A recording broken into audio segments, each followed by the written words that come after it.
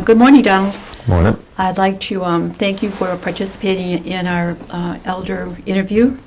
And to begin with, I'd like to ask you if you could give us a little bit of background about you and your family, the where you were born, the date you were born, and we'll start off with your whole name, first, middle, and last name, and then spell it for Bob. My name is Donald Dean McLester. Last name is McLester. I was born in Detroit, Michigan on December 2nd, 1948. I have a twin brother that's 2 months younger than I am, so I'm the oldest of the youngest in my family. What was the date again? December 2nd, 1948. Then, I have 2 daughters. The eldest is Kay Lynn, and the youngest one is Diane Lynn. They were born in Sheboygan, Wisconsin, by my first marriage. And they both live on the reservation here. My eldest daughter lives with me now. She has 4 children. The eldest is Christian.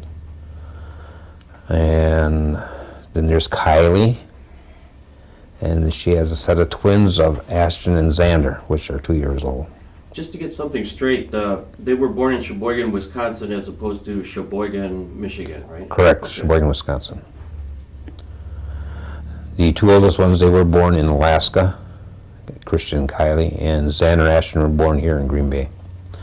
Diane, she has 3 children, 3 boys. There's Jacob, Cody, and Shane. And they were all born here in Green Bay. okay, can you tell us a little bit about your siblings, your brothers, sisters, and your mom and dad? I have 1 elder brother, Gordy, and 3 older sisters, Judy, Winifred, and Pearl. Now, Judy and Winifred and Gordy, I can remember a little bit when I was growing up as being older sisters, and they were always going somewhere or doing something. And Gordy, I can remember him probably his senior year of high school, because he always had to walk up to Oneida to catch the bus to Seymour because we had moved to a different house. And Judy and Winifred, they got on the bus to go to East Green Bay, right off the corner where we lived, where we grew up, where I did most of our, Ronnie and I did most of our growing up, the old Chief Hill homestead. How about your grandparents? Grandparents were Hattie and Jim Schuyler. They lived over towards Seymour at the time. We thought it was a long ways away, and he had like a little farmette there with some animals, and that was on my mother's side. Now, Grandma Blanche and Grandpa McLester on my dad's side, Grandma Blanche lived by herself up in Oneida, South Fork Avenue, and Grandpa McLester, he lived with us. Just seemed commonplace at the time. So grandparents were there. I remember my Grandpa McLester, because he was a woodworker, he was always working on something. He was always designing something or making something. Grandma Blanche, well, she was really involved with the church. So, and she always had neat stuff for us when we went up there. Do you know the names of your aunts and uncles on both sides of the family? Oh, I know them, yeah. You want me to name all of them? It's up to you. Do you want to, or? Well, see, on Grandma's side, there's my mother would have been the oldest of the girls, and then there's Evie, Cleo, Barbara, Harriet,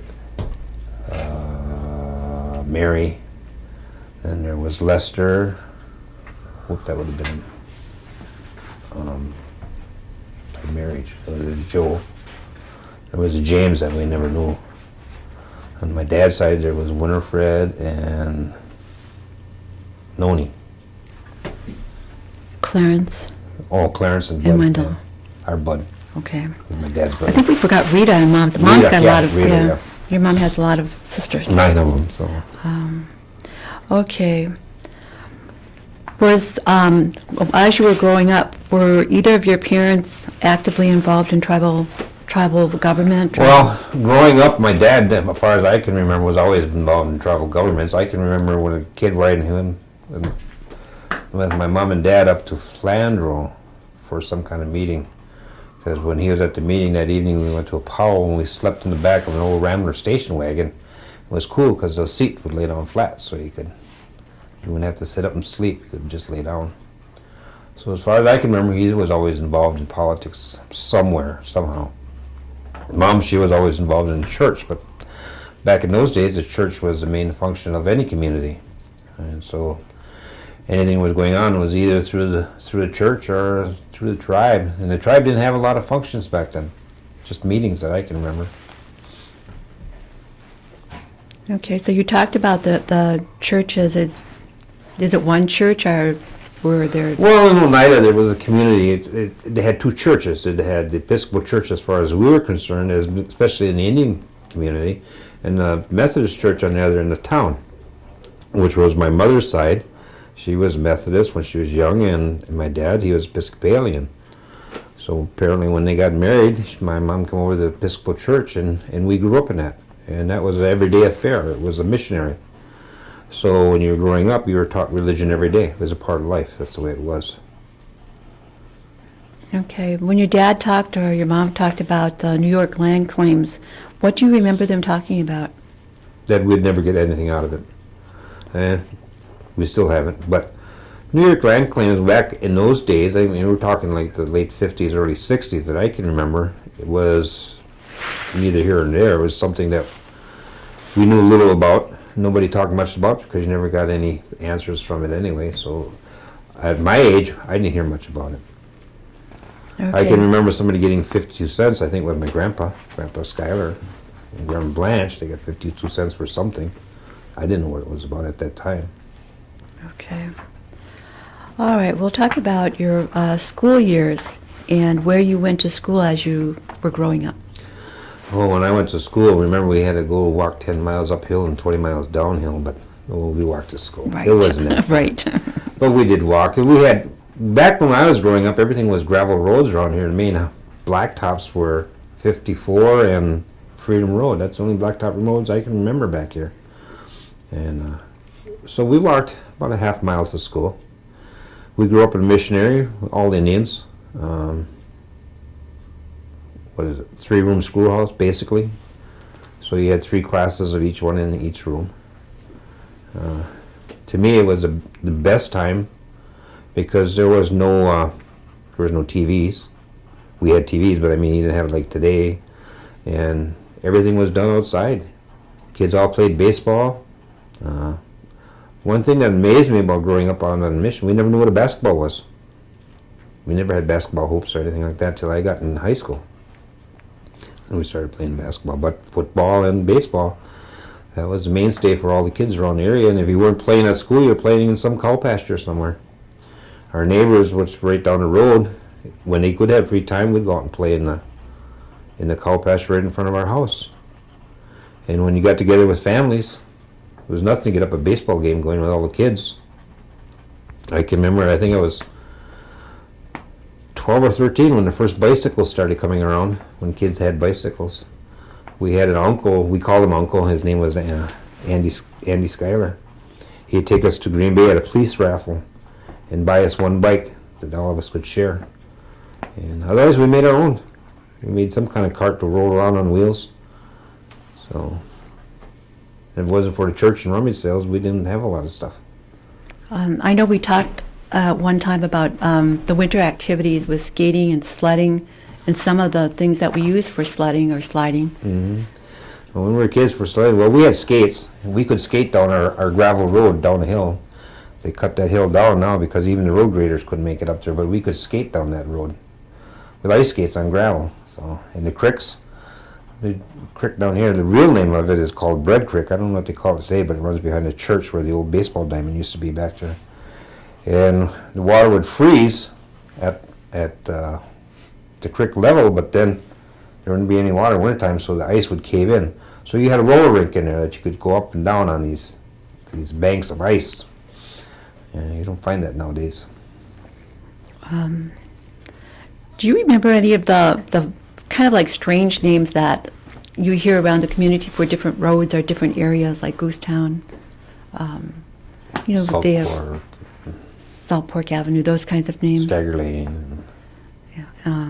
Any of the other areas that they refer to that are like, they talk about Old Oneida, and they try to get people to talk about the names of the different areas that were around the community. You don't hear. Growing up, I remember some of them, and I remember my dad telling us the Copper Kettle towards where, what is that, Kennedy School is now, back in there. Different hunting areas that they used, but you don't hear those names used anymore. Okay. Do you remember the county fairs at all? County fairs? Yeah. Well, that was a big thing to go to, the county fairs. Matter of fact, we used to go up to Door County to pick cherries, and any money that we made, of course, we were just young kids, we're 8, 9 years old, and the money we made there we could use for the fair. So we'd get to go to the fair one day out of the fair season and have a good time. And when we got a little older, we used to hitchhike to the fair and go in there. Okay. You talked about the mission school. From the mission school, where did you go to high school? From the mission school, we were in 8th grade, and we didn't have any teachers at the school. The only thing we had was a priest, Father Skinner, I think it was. And between his duties in the church and teaching, he couldn't always be there all the time. So we asked if we could be transferred to Pulaski, because we had moved over down to County Trunk U on the north end of the res. And so they moved us between, I think it was in the spring of the year. So we got to go to an all-white school for the first time. And of course we were kind of behind because we didn't have the kind of classes they had. Going to an all-white school from an all-Indian school, what was your experience? Our experience with going to an all-white school with our classmates was no problem.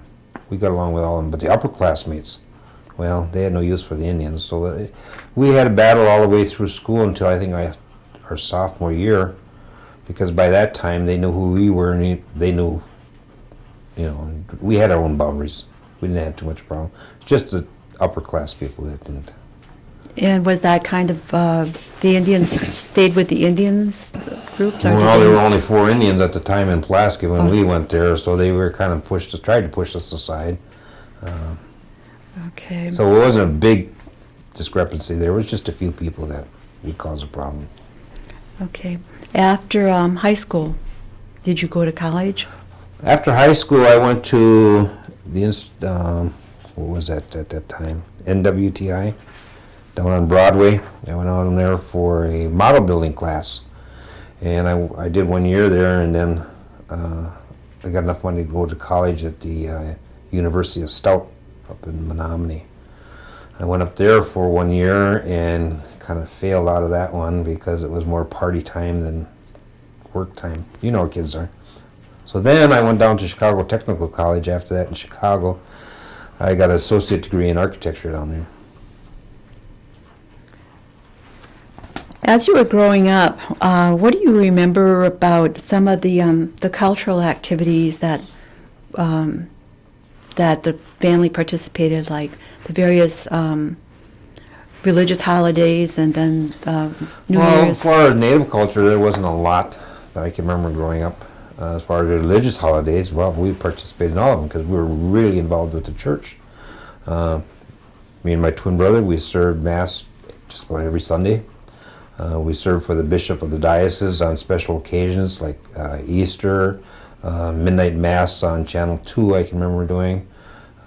So we'd go out to all the church camps, we'd go to all the church affairs throughout the state of Wisconsin with the priests because we were so involved with it.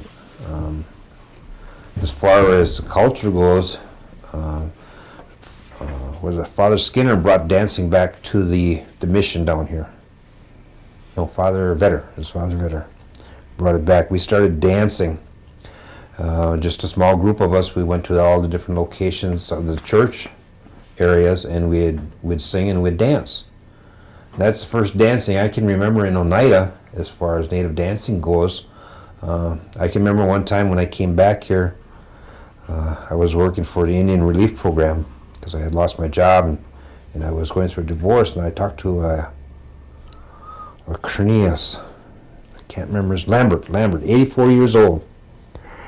And this man, he'd be up on the roof putting up shingles, and we had these kids. I call them kids because at the time I think I was 37 when I came back. They'd be sitting down doing nothing. This man would be doing his job at 84 years old, and so I'd make him sit down. I'd make these kids get to work. So we're sitting there talking, and I asked him about the culture of our people here in Oneida when we were kids, because they were talking about the first powwows and who started this and who started that. And he says, I asked him, I said, did we have powwows here in Oneida when you were growing up? He said, the only powwows we had here in Oneida, he was up here at Vans Valley. He said, after the bars closed, to get around and sing and dance a little bit. He said, that's because we were half loaded. And he made a joke out of it. He said, that's the only ones he can remember. He said he could remember people coming together at wakes and funerals and certain, some people had certain ceremonies at their house. He said, but as far as powwows, he couldn't remember anything around here. So.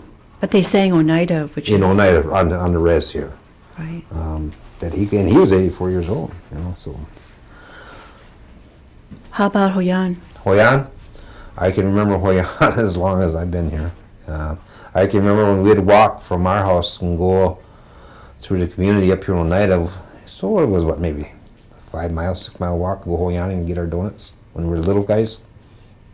And then when it was more when our parents had better cars and stuff, we started going around in cars, and pretty soon it got to be a family affair. And I can remember up to 30 people going Hoyaning, and going out when they really had snow around here. People getting stuck and pushing and sliding and cold weather. So when during that time period when you were at home and involved in these different activities, did your family speak Oneida, or any of the people that you visited? My mom and dad didn't speak Oneida. My grandfather on my mother's side did. My grandmother on my dad's side did. The ladies at the church in the quilting or knitting rooms, they all spoke Indian. You'd go to church, all the elders, they'd speak Indian. They wouldn't, or I don't know if they didn't want to, they didn't teach us, although we did have Oneida language in the mission when I was going to school there. We had Indian singing. Archie Quit came in there to help us sing the songs and learn some of the languages. But at that time, when you were young, you didn't want nothing to do with it, because you didn't want to be an outsider when you went to the white schools. It's something that you didn't know well enough at the time. How about medicines or plants? Did your family collect any? Medicine, Grandma Schuyler collected plants all the time, and I know this for a fact because when 2 years before she passed away, I moved up here, and me and my daughter were living there for a while. And I went in her basement. She had these jars and jars of all these different plants. And so I asked her about them, and she told me of some of them. Of course, I don't remember what they are now. And Grandma Blanche didn't have much medicines around, but she knew where she'd get them from the lady next door, because she had them. I can't remember her name. I think it was Bernie's aunt or something next door there. I don't remember. Probably Tilly Baird. Tilly Baird, yep. Yeah. She had them over in the log cabin. Now, we did have a man, Big Bill Cornelius, knew all the plants. He come to our house and took us in the back there and showed us the different plants to pick and that. When we were growing up little guys before school, we had a lady take care of us by Alice Schuyler. She'd watch us during the day when we were growing up, and my folks were gone to work and the kids were gone to school. My sisters and brothers, she'd take us out in the woods, and she could show you animals and take you up to the house and make a sound. Those things would come out of there, down by the river. And she even showed us how to go up to watch a snake shed its skin. And she had a knack with this stuff, but from what I understand, she was one of the elders with the medicines. That's what I was told later on. I don't know. But she had the medicines. What was your home life growing up in terms of conveniences, electricity and water? Conveniences, man, we had the best water in town because we had a pump right outside our door. We were lucky, because I can remember hauling water in a wagon when we first moved into where we were living over in Chief Hill's place there before we got a well. That was a luxury to have a pump. In the morning, get out there and pump all that water for Ma could do laundry. The only thing I didn't like about it is we had this big round wash tub, and everybody else took a bath, and Ronnie and I got stuck in the dirty water. The girls, they all got to go in there behind some kind of rack with a cloth on it. They got to do their thing. When we got in there, the rack was gone. We had to take our bath in front of everybody. Back in Poor those kid. days. But we did have the first color TV in Oneida. I can remember that because my mother, she cleaned houses. And one gentleman, and what was his name? Mr. Brawl? Mr. Brawl. Mr. Brawl. He took really good care of us as far as getting things for Ma would buy from him. We got a color TV from him. We had the first color TV, and that was so cool. Back in 1961. I can remember the year. Only because if you look at the calendar, you turn the calendar upside down, it still said 1961. So that was a good year. I can remember a carnival that year up here at the church. And that was a big thing. Back when we were growing up, it was pretty neat because you didn't have to worry about drugs, beer, somebody coming and trying to steal you, whatever. You could walk the streets and catch a ride with anybody. So I can remember the first jet that came into Austin Strobel because we were out on the hillside, we were flying kites. And all of a sudden this jet comes around there and we started standing there and watching it and it come around again. And it come around again, and that jet was flying so low that the pilot would wave at us each time he went through there. And what happened was it was carrying high classified documentation, and he had to force land at Austin Strobel Field out here. And they had to build a retaining wall for that thing could take off, to get enough power to take off. So that was pretty cool. Okay, My let's... mom and dad, they talk about seeing the first car come through, and I could talk about seeing the first jet. Yeah. Okay, so you married after college, and do you want to say anything about your marriage now, or who you're married to? Well, I married a girl I met in church school. We were married for 13 years, and we lived in Sheboygan. I worked with the telephone company, General Telephone Company. And things didn't work out, so then I came back home. And I think I was up here for about 5-6 years. I met another girl at a powwow, because I was really into dancing. And we began to dance then. And she does have some Indian blood in her family. It was funny because after we met, when they started talking about it, back in those days, if you had an offspring that was Indian, it was hushed up and covered up. So it was kind of a joke down there. Okay, you talked about the dance group, and I know that you used to have a group that would come together and dance at different civic organizations. Is that still Right. happening? When I came back to Oneida, my brother Gordy had a dance group, picked up from when we were dancing at the Oneida Mission. And when I'd come home, I'd dance with him whenever I could. So he got so busy with the things he was doing, he asked if I'd take it over. So I took it over. And his family was really involved with it, his kids. And then we were dancing, and we'd go in these places, we'd dance for a half hour. People would sit around and they'd watch us, and we'd get up and leave. And I always thought, there's something missing here. We go around and jump around like a bunch of crazy Indians, and we leave. That's their opinion of what we were doing.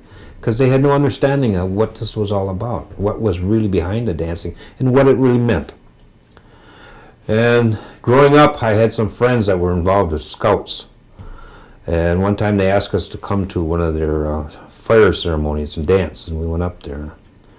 And we danced up in Sturgeon Bay for these scout groups. So I asked him, I said, I'd like you to come and dance with me. What do you mean, come and dance? I'd like you boys to come and dance with our group. He says, yeah, but they're not Indian. I said, these are social dances. These are dances that you do when you get together to have a good time. I said, they're not ceremonial. None of them are ceremonial. So they came, and when this happened, something changed. Something changed really drastically, because I had white people dancing with us, which broke down a wall a little bit, that these people weren't so standoff, or they were more willing to intermix with us. And I thought, geez, how are we going to get some of these white people to come out and dance with us? So I knew some people in the community that worked with social services here with the tribe. I asked them to join us, and one of the men that was in there, Bob Borowitz, he knew a lot of our ceremonies. And So they came along, and not only that, he could speak the language, which really helped. So we brought them aboard on this dance group, and then we started showing them the different dances and what they meant and what they represented. And the protocol that is used when you dance. Because you just don't go out there and just put on a show. We're not there for a show.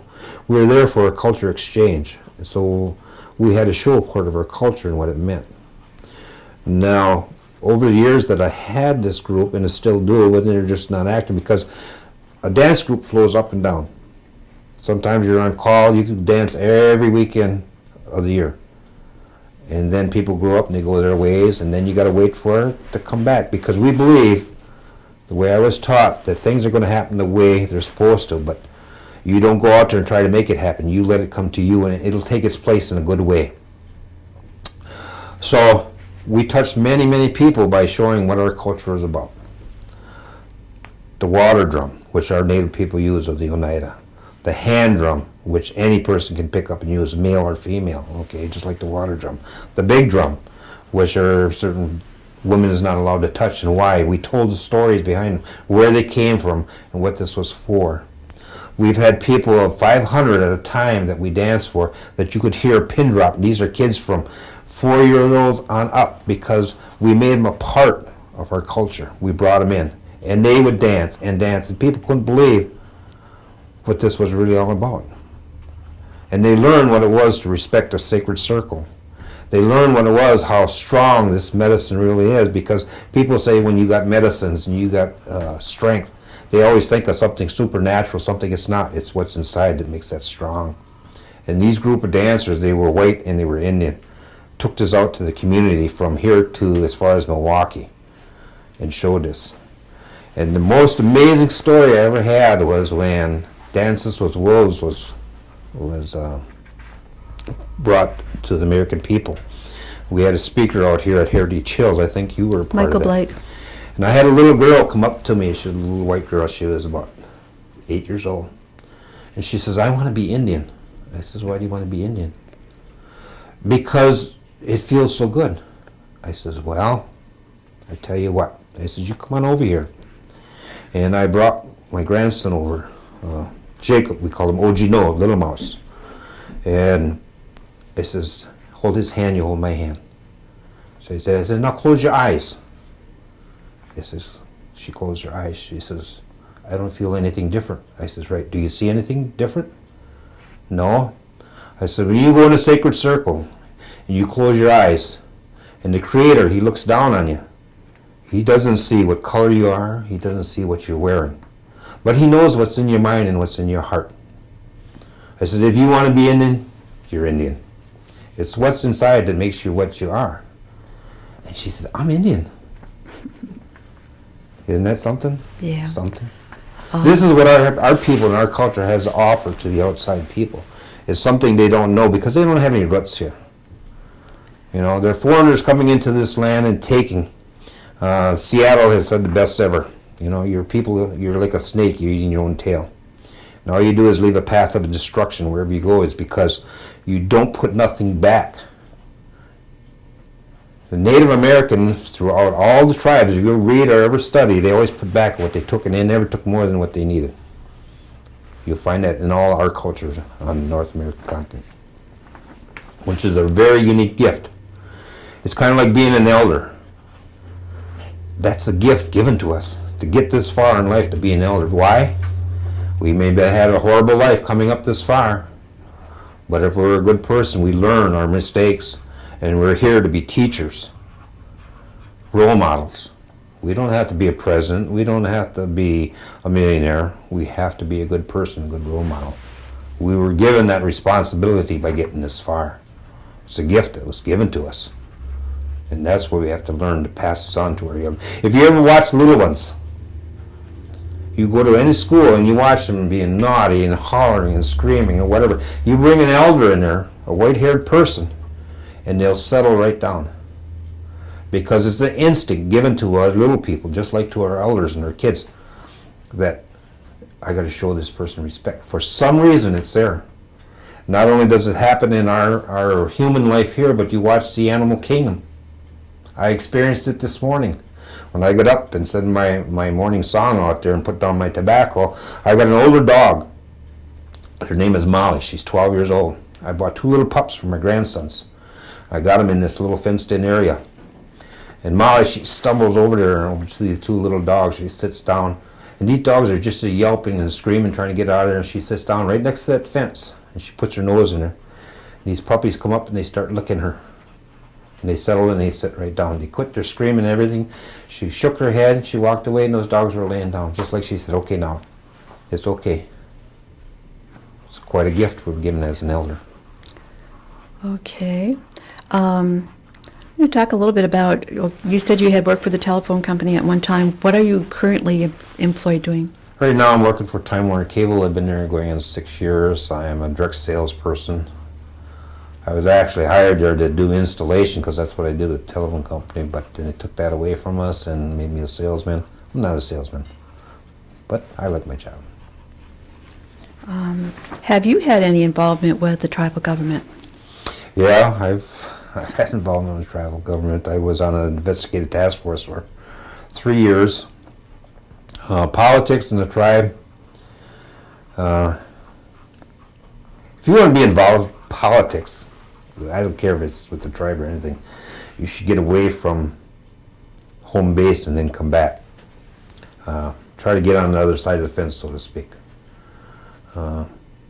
Politics, when you get involved in politics, you have a getting on your own agenda because you get involved with situations that you think you know more than everybody else does. So you think you know more than what they know and you can do a better job than what they can do because they don't know. Well, to me, that's not a leader. That's not the way to do politics. My dad always said if you want to be a good thief, you got to run with the thieves. If you want to be a good priest, you got to run with the priest. If you want to do this, you got to run with the dog that does it, okay? If you want to be a good leader, well, then you better take care of others before you take care of yourself. How do you do that? You find out what the others want. Then you tell them, yeah, you can do it, but this is the best way to do it. It's up for you. Then you go back and tell me as a leader how it should be done. We don't have that here in this reservation, or any government as far as I'm concerned. You know, our government was based on the Iroquois people, and it's a government by the people. You don't see that anymore nowadays. It's governed by officials and bureaucrats and everything else, because they don't listen to the people anymore. They get on their own agendas.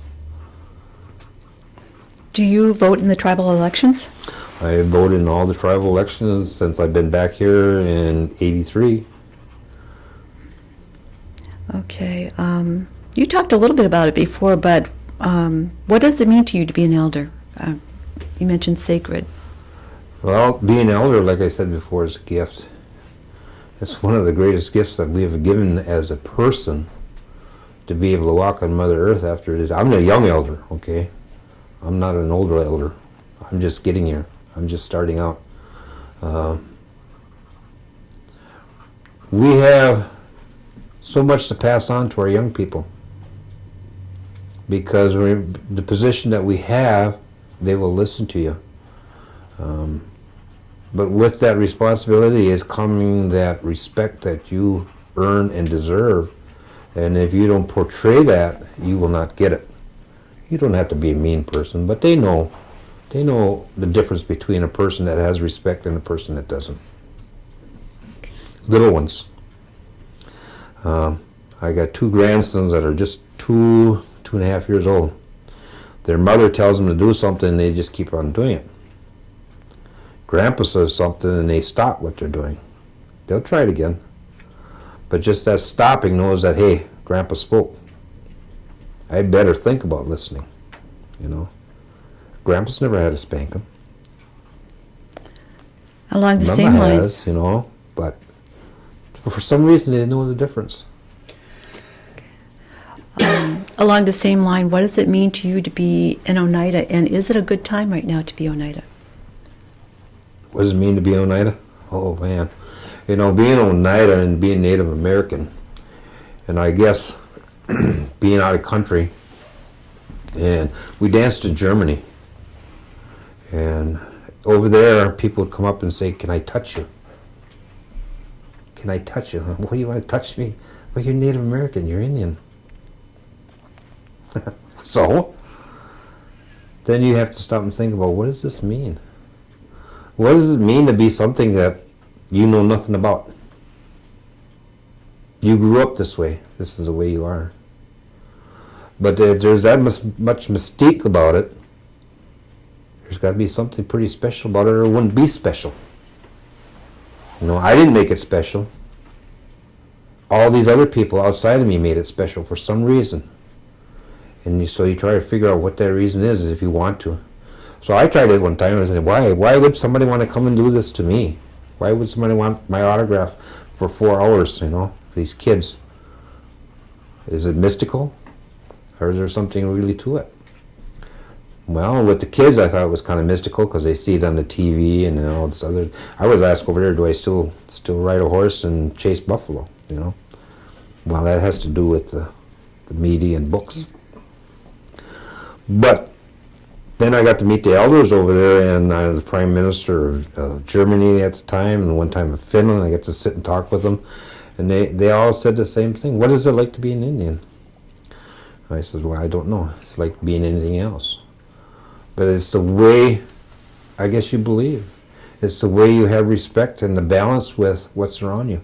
At least, in my opinion, I was taught to respect what the Creator has given me in such a way that every day is like watching a little newborn when he's learning to walk, talk, and crawl. Every day is special. Everything about it is special. It's a new day. So being Indian, and the things that I've learned growing up with the Winnebago and then the Oneidas, because my uncle was a Winnebago, and I learned many things from living with him in Chicago, that you take every day and make that day special. Try to do it in a good way, because he always said if you do it in a good way, it'll come back to you. It'll come back to you in a good way. It may not come back to the way you want, but it'll come back good anyway. You know, and one of the things I remember with him, he had a grandson, Kuno, which I always called their first baby Kuno anyway, that he sang to this baby. This man, to me, he was an elder, and to me, he was a pretty special man. And this man would sing to this little baby and sing and sing and sing. And I always asked him, why do you sing to a baby? Because it's a way of communicating that goes through the heart and not through the mind. Okay. At the time I didn't understand, but on my own I did. Because I sing to my grandsons now, and they know that it's okay, everything is safe to them. And they come looking for their grandpa when it's nighttime all the time, so that's pretty cool. Okay. What about sovereignty? What is your feeling? What does it mean to you? Sovereignty. We hear this all the time. Sovereignty. We're United, we're sovereign. Sovereignty is, as far as a nation goes, is a government unto itself. We're sovereign in the respect that we are a government within the state of Wisconsin. But to me, we are not sovereign in the state of Wisconsin. We're sovereign in North America. We're sovereign to the Indian people, and if our Indian people would get together throughout the nation, we would be sovereign. We're only answerable to the United States government, nobody else. Not the Wisconsin government, for sure. That's just the offhand of the United States government, the federal government. Why should we answer to them? If Germany or Russia or everybody else, they'd have to answer to the federal government. They wouldn't answer to Wisconsin. We're sovereign in respect. This is our land. This was our land before you got here. We should have the right to control it the way we want, with guidelines. Everybody has guidelines. Who are you answerable when you're sovereign? You know, to me, sovereignty is I'm answerable to your government is answerable to me. So we're sovereign. What does it really mean? I don't have the answer, because our people that our business committee run our show. They get on their little agenda and they say what's better. Do they come to the people and say, what do you want? They try to. But they say it with guidelines that either you go this way or that way, and if we don't like it, we'll go into what is that called? Closed session, and we'll decide what's better for you. So where's the voice of the people? Are we really sovereign? As far as I'm concerned, because General Tribal Council should give the dictation to, like they did years ago, say this is what you'll do. You come back and give us a choice, and we'll tell you what choice we want. They come back and tell us what choice we have. That's sovereign. Sovereign is the people. Okay, looking ahead down the road for your little guys that are growing up, what kind of recommendations would you like to make to them in terms of the culture and their history? Well, back in the late 70s and early 80s, the culture started coming back to the Oneida with some of the traditions from the Longhouse, which I think was pretty good, which was really needed to show our people getting back on the right path. My biggest fear, and it's because the United States government planned this, that when the Constitution was written, you had to be a percentage of Oneida. Okay, they knew in a certain amount of time this would eliminate all tribes, except the Cherokee. They were pretty smart. That if you have a certain degree or a certain percentage you have to meet, there is going to be a time that you're going to phase out. So our people should get together and say, hey, we either better lower our percentages or we better change our heritage for our people can stay Oneidas. The Constitution was written to protect our lands, not our people. Think about it sometime. It was here to protect our lands, not our people. And we got to make some changes to get the issue back of protecting our people on our lands. Sovereignty is a big thing if they use it in the right way, but they don't. You know, it's all political. Where we're going to pay taxes, who's got trust land. You forget about the land and the people together. They're going the wrong way as far as I'm concerned. Okay. I'd like to thank you for your interview, and I'm going to ask the gentleman if I've missed any questions here. No, excellent job. Segments, Excellent job. advice to the youth, did we cover that? Yeah, that's pretty much. Okay. That's it then, right? Okay. Thank you. Okay. And then we have dinner.